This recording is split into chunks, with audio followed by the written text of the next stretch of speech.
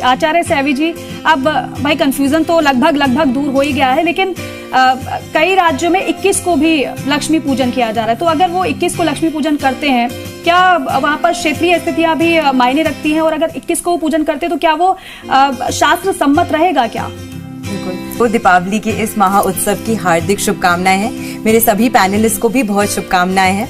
देखिए, सबसे पहले जब पर्व की बात आती है तो कभी भी तिथियों का मतभेद होना ही नहीं चाहिए, क्योंकि साल में आने वाला एक ऐसा पर्व होता है जिसे हर व्यक्ति अपने पूरे परिवार के साथ खुशी से धूमधाम से मनाना चाहता है। और जैसे कि जब कार्यक्रम की शुरुआत हुई थी तो तभी मेरे फेलो पैनलिस्ट आचार्य जी ने ये कहा था कि ये 5 दिवसीय पर्व होता है, जो कि त्रयोदशी तिथि धनतेरस से ही प्रारंभ हो जाता है। तो मैं तो कहती हूँ कि पांचों के पांचों दिन आप दिवाली की तरह इस उत्सव को महोत्सव की तरह मनाइए। देखिए, ये बहुत सुंदर बात है कि सबसे पहले हमारे पंचांग अनुसार कुछ ऐसे दिवस होते हैं जिनको विशेष करके जिसमें रात्रि का बहुत महत्व होता है। एक होता है मोहरात्रि, जिसे हम जन्माष्टमी के नाम से कहते हैं। एक होता है महारात्रि, जो कि दिवाली की रात्रि होती है। एक होती है काल रात्रि, जिसे हम शिवरात्रि के रूप से पूछते हैं। और फिर जो होलिका दहन की रात्रि होती है, दारुण रात्रि। तो ये सभी जो पर्व होते हैं, इसमें रात्रि का विशेष महत्व होता है। इसी वजह से जब हम तिथि की भी गणना करते हैं, तो जैसे आचार्य जी ने अभी बोला था कि जब सूर्य और चंद्रमा के बीच में 12 डिग्री का फर्क होता है तो एक तिथि का निर्माण होता है। कभी तिथि वृद्धि होती है, कभी तिथि क्षय होती है। और जब हम इंग्लिश कैलेंडर से फॉलो करते हैं तो उसमें जो साल की गणना होती है वो 365 डेज का कैलेंडर होता है।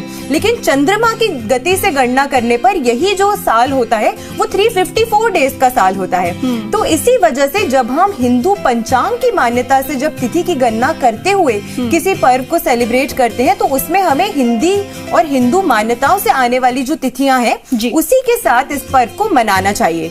अब ये जो तिथि है इस बारी अमावस्या की, ये 2 दिन तक चल रही है। पूरे 26 घंटे के लिए आपको इस बारी ये जो तिथि है अमावस्या की वो प्राप्त हो रही है।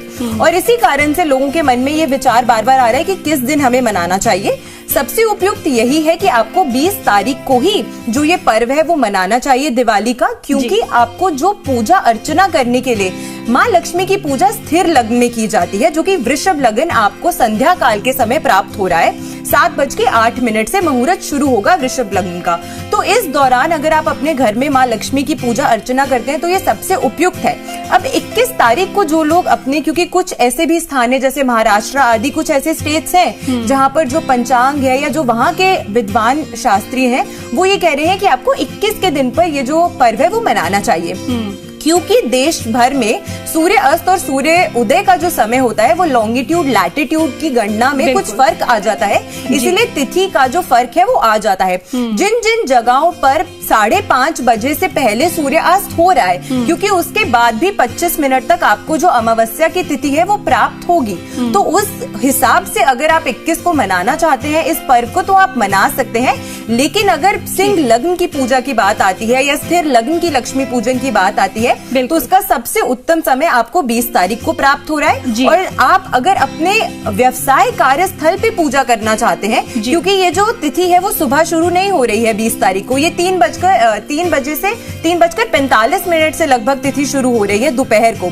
तो अगले दिन अगर आप सुबह अपने ऑफिस में पूजा अर्चना करना चाहते हैं तो उसके लिए 21 की तारीख में 21 अक्टूबर को आप सुबह के समय अपनी फैक्ट्री की, अपने व्यवसाय की, अपने कार्यस्थल की जो पूजा है वो कर सकते हैं सुबह 10:45 से लेकर 1:37 तक। ये जो समय है इस समय चौगड़िया लाभ का मुहूर्त है, तो आप इस समय भी पूजा अर्चना कर सकते हैं, आपको लाभ प्राप्ति होगी। बिल्कुल सैवी जी, यानी कि आप भी सहमत है 20 तारीख से। आचार्य सैवी जी, अब सीधा सा सवाल, क्योंकि हर कोई यही जानना चाहता है, पूजा पाठ भी माँ को प्रसन्न करने के लिए किया जाता है, तो कैसे करें माँ लक्ष्मी को प्रसन्न, वो प्रसन्न हो और घर में उनका वास हो? बिल्कुल। देखिए, सबसे पहले तो धनतेरस से ही ये पर्व क्योंकि शुरू हो जाता है, तो धनतेरस के दिन से ही आपको अपने घर में शुभता के जो चिन्ह है उनका आगमन करवा देना चाहिए। ऐसी सामग्री आपको अपने घर लेकर आनी चाहिए। धनतेरस के दिन आपको अपने घर जरूर ये प्रयास करना चाहिए अपनी क्षमता के अनुसार, लेकिन स्वच्छ धातु से बने हुए बर्तन ही आपको अपने घर लेकर आने चाहिए। और आजकल के मॉडर्न समय में क्या होता है, हम वहीं पे पैसा खर्च करना चाहते हैं जहाँ पे हमें लगता है कि हमें जरूरत है। लेकिन जब माँ लक्ष्मी का आगमन हुआ था तो वो अमृत कलश लेकर अपने हाथ में आई थी और कलश ही एक ऐसा पात्र है जिसमें ग्रहण करने की क्षमता होती है। तो हम चाहते हैं कि माँ लक्ष्मी का इस बार जब आगमन हो तो आपके जीवन में आरोग्य की भी आप ग्रहण करें और साथ में धन भी ग्रहण करें। तो इसीलिए स्वच्छ धातु से बना हुआ कलश का पात्र जो है वो आपको जरूर अपने घर लेकर आना चाहिए धनतेरस के दिन। ये बहुत शुभता आपके घर में लेकर आता है। इसी के साथ में धनतेरस के पर्व से शुरू होते हुए आपको अपने घर के जो सेंटर ब्रह्म स्थान, वो इलाका है जहाँ से वो एरिया है जहाँ से आपके घर में ऊर्जा का आगमन होता है, तो ब्रह्म स्थान पे आपको खड़े होके केसर और दूध, कच्चे दूध और केसर उसमें मिक्स करके इसका छींटा जो है ये जरूर लगाना चाहिए आपको अपने घर में इन 5 दिनों के अंतर्गत, ताकि शुभता जो है वो आपके घर में बनी रहे। आपके घर के मुख्य द्वार पर हम डेकोरेशन करते हैं, हम चाहते हैं कि लंबे समय तक जो डेकोरेशन है वो चली रहे, लेकिन आपको प्रयास ये करना चाहिए कि आप कभी भी अपने घर पे जो आर्टिफिशियल फ्लावर्स होते हैं उनसे आप प्लास्टिक का जितना कम से कम उपयोग करते हैं डेकोरेशन में उतना अच्छा होता है। रियल फ्लावर्स अगर आप यूज करते हैं डेकोरेशन में तो ये शुभता आपके घर में लेकर आती है। आपके घर की जो चौखट होती है उसपे नरसिंह भगवान का वास होता है। तो ऐसे में अपने घर की चौखट पे आपको दोनों साइड्स पर, राइट एंड लेफ्ट पे थोड़ी सी रोली, उसमें थोड़ा सा केसर और थोड़ी सी हल्दी मिलाकर जो तिलक है, 3 तिलक राइट चौखट पे, 3 तिलक अपनी लेफ्ट चौखट पे और 1 तिलक आपको अपने घर के मुख्य द्वार की ऊपर की चौखट पे करना चाहिए। और अपने घर में बेल पत्र का पौधा आपको अवश्य लेकर आना चाहिए। इससे हर प्रकार की नकारात्मकता दूर होती है। आचार्य सैवी जी, बहुत बहुत बेहतर तरीके से आपने बताया, भी सरल तरीके से, शायद दर्शकों को हमारे समझ भी आया होगा।